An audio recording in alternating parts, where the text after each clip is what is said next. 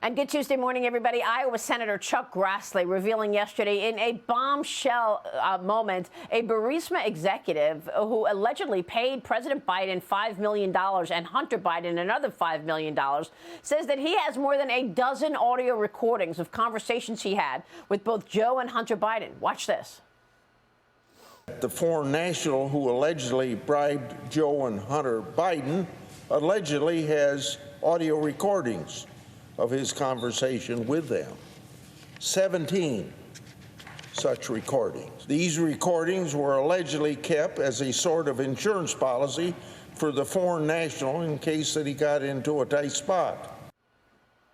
Joining me right now to talk more about it is South Carolina Congresswoman, member of the House Oversight and Armed Services Committees, Nancy Mace. Congresswoman, it's good to see you again.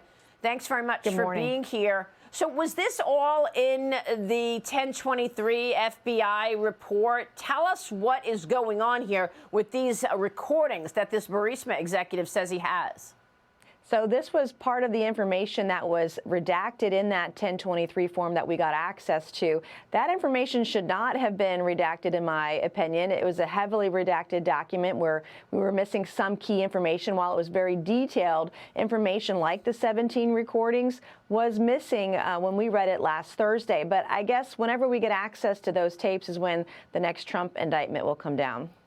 Well, I mean, that's the thing. On the very day that, and you mentioned this on Sunday, on the very day that we get the bank records, you and the Oversight Committee got bank records indicating that foreign nationals sent money to 20 LLCs and then were distributed to Biden family members. Then the Manhattan DA indicts Trump. And now you get access to this 1023 on the same day that Trump gets indicted.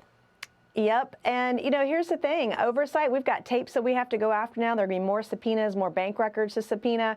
This is serious, and this is credible. This is legitimate. And it's clear that the President of the United States and his executive branch, the DOJ, do not want the Oversight Committee to investigate the corruption that he's involved with this family, his son, his brother, and other members of the Biden family. But we're going to get to the bottom of it, Maria, come hell or high water. So how are you going to do that? What are your plans? Well, we're going to continue to subpoena additional bank records. I want to go back to Treasury and review the suspicious activity reports. I want to request more of those. And I sure as heck want to get my hands on those tapes and hear from myself. And the American people ought to see this evidence. They ought to see it for themselves and come to their own conclusions. If the president is corrupt, the American people ought to know about it. So this form that you were able to learn that Joe Biden was paid $5 million, Hunter Biden was paid $5 million. Do you know what they were being paid for? Can you explain to us exactly what they thought they were being paid $10 million for? It was for Burisma to purchase a company in the U.S., getting certain protections through the vice president, his family, that the deal would go through. And here's the thing, that was a heavily redacted document. They didn't share all the information with Oversight Committee. They shared less with the Oversight Committee than they did with the chairman. And that's wrong. And so the FBI has been trying to stonewall the American people, stonewall the Oversight Committee, and come to find out there are actually more 1023 forms that we need to get access to, which means we're going to have to subpoena more documents from the FBI and Christopher Wray. And he's going to have to come forth to Congress and show us all this information. If he doesn't, then we'll hold him in contempt like we would any other individual who's trying to hide and stonewall information from Congress and from the public. I mean, is this an impeachable offense for Joe Biden? If we can show proof, we follow the money and show the bank records and connect those dots, then it would be. But I'm a due process person. I don't want to jump to conclusions without having all the evidence, dotting every I, crossing every T, so we can conclusively come to that decision and show the American people what's truly been going on, because everything else has been a distraction.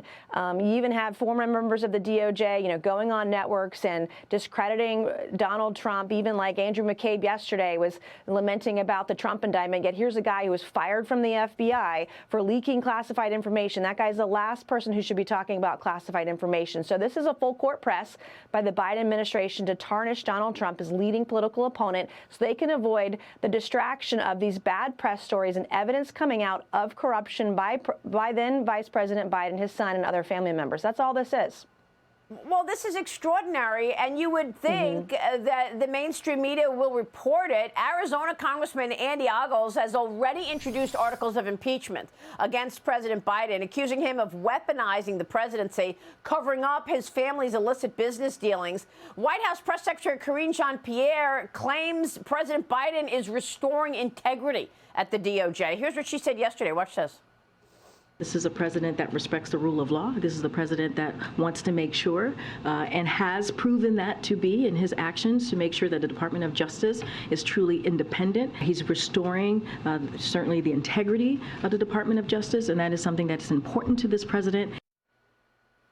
Well, Congresswoman, she's going to tell you that it's sunny out when it's raining out all day long. What are you going to do about it? Well, November 9th of last year, it was the president himself giving his speech. He said he would use the Constitution to ensure he could bar and ban Donald Trump from running for presidency or from being president ever again. November of last year, he said that he's using every tool available to himself to take out his political enemy number one, including additional indictments. And so what we have to do is show the corruption of the Biden family and of the current president to the fullest extent of the law, using facts and not fiction, being methodical and deliberate before we bring any charges or accuse the president of anything else. We've got to make sure the American people can see the evidence for themselves and come to their own conclusion. Well, how long is this going to take, and what does this mean for former President Trump? He's facing a federal judge today, expected to plead not guilty to 37 counts related to the classified documents stored at Mar-a-Lago.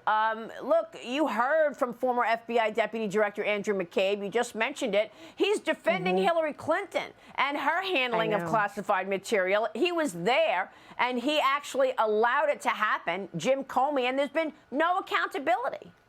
None. And it's rich coming from a guy who got fired from the FBI for mishandling classified information. So he's got no room to talk on this. I think we can have a conversation about how to handle presidential documents after somebody leaves. But Hillary Clinton, she was Secretary of State. She wasn't president. She had no authority to have that documentation with her. Neither did Joe Biden as a senator or as vice president, or Mike Pence in this case.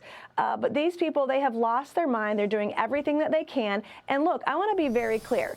Today's arraignment is the President of the United States using the executive branch to arrest and arraign political enemy number one, and that is Donald Trump. It is about ensuring he cannot run for president next year or be the Republican nominee, but I believe that he will be.